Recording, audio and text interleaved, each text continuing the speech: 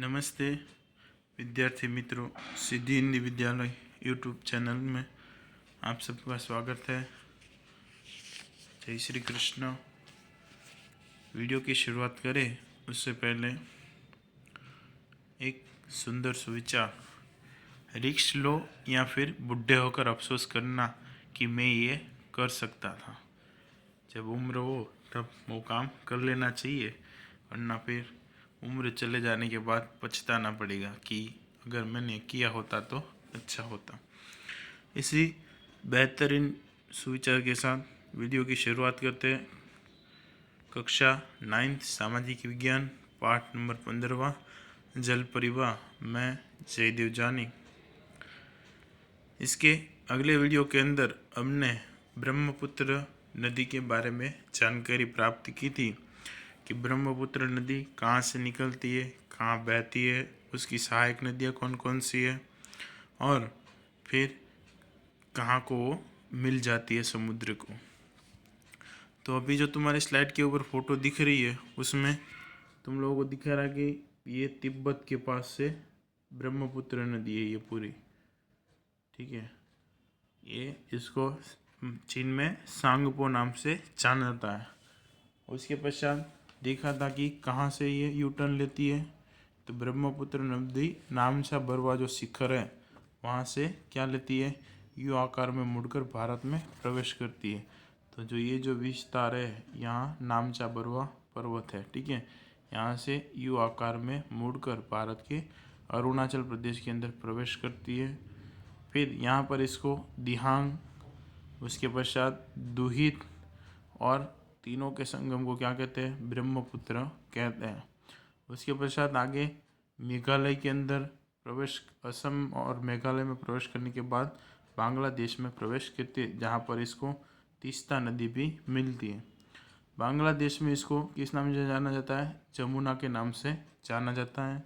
उसके पश्चात इसको गंगा नदी मिलती है और इन दोनों के प्रवाह को क्या कहते हैं, मेघना। लेकिन ब्रह्मपुत्र को बांग्लादेश में किस नाम से जाना जाता है, अरे गंगा नदी को पद्मा के नाम से जाना जाता है और फिर बंगाल की खाड़ी को मिल जाती है।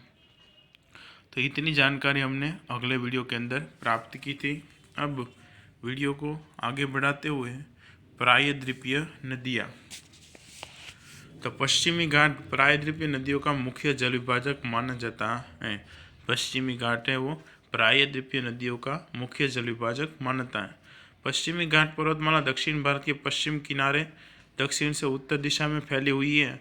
महानदी, गोदावरी नदी, कृष्णा नदी, कावेरी नदी आदि प्रायद्वीपीय की मुख्य नदियाँ हैं।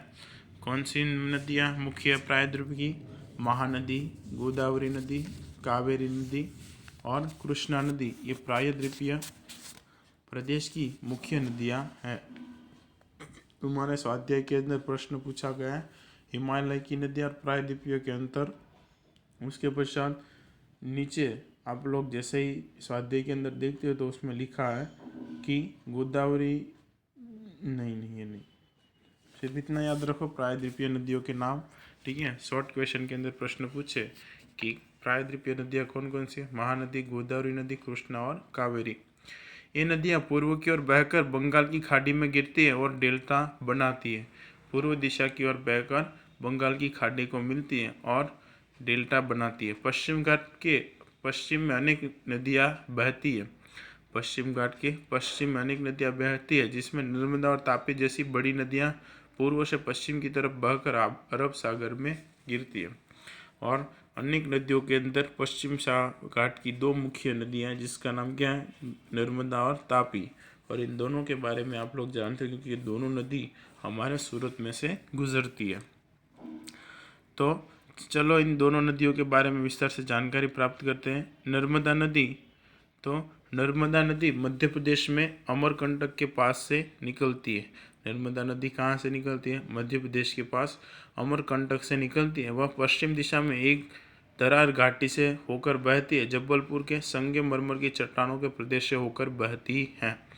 पश्चिम दिशा के अंदर एक दरार घाटी में होकर बहती है। चंबल की जो घाटियाँ हैं उसमें से बहकर निकलती है और जबलपुर के संगमरमर में चट्टानों को बहती हुई नर्मदा यहाँ ढलान के कारण तीव्र वेग से बहती है हुई यहाँ धुआंधार नामक जलप्रपात की रचना करती है।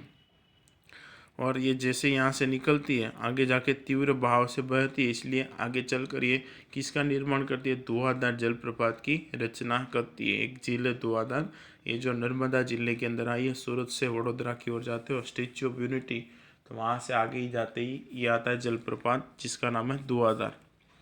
इस नदी की सहायक नदियाँ अधिक लंबी नहीं है, वे एक दूसरे से समकोण पर मिलती। इन नदियों का बेसिन मध्य प्रदेश एवं गुजरात में फैला हुआ है।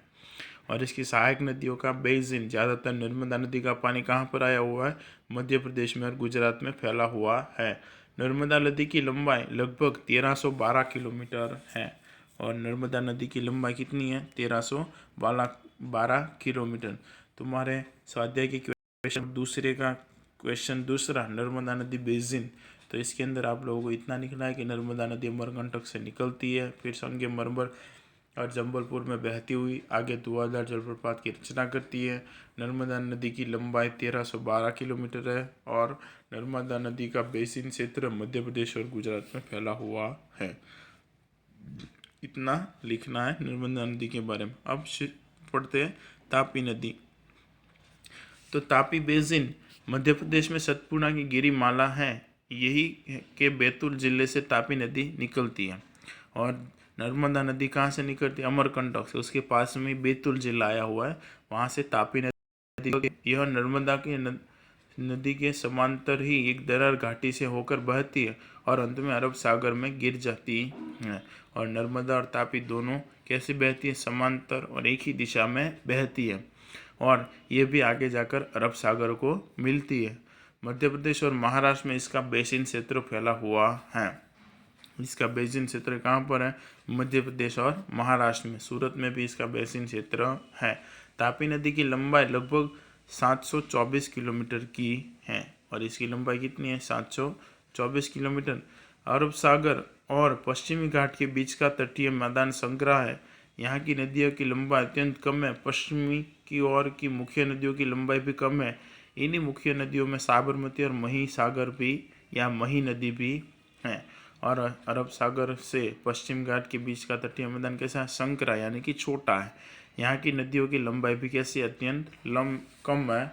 और पश्चिम की ओर मुख्य नदियों की लंबाई भी कम है और इन्हीं मुख्य नदियों में साबरमती और मही नदी भी बहती हैं। तो ये हो गया प्रायद्वीपीय नदियों के अंदर की जानकारी।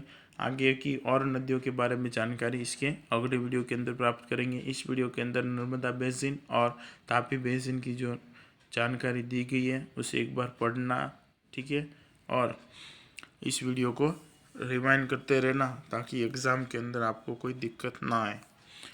आशा रखता हूँ कि वीडियो के अंदर आप सबको समझ में आ गया होगा। Thank you.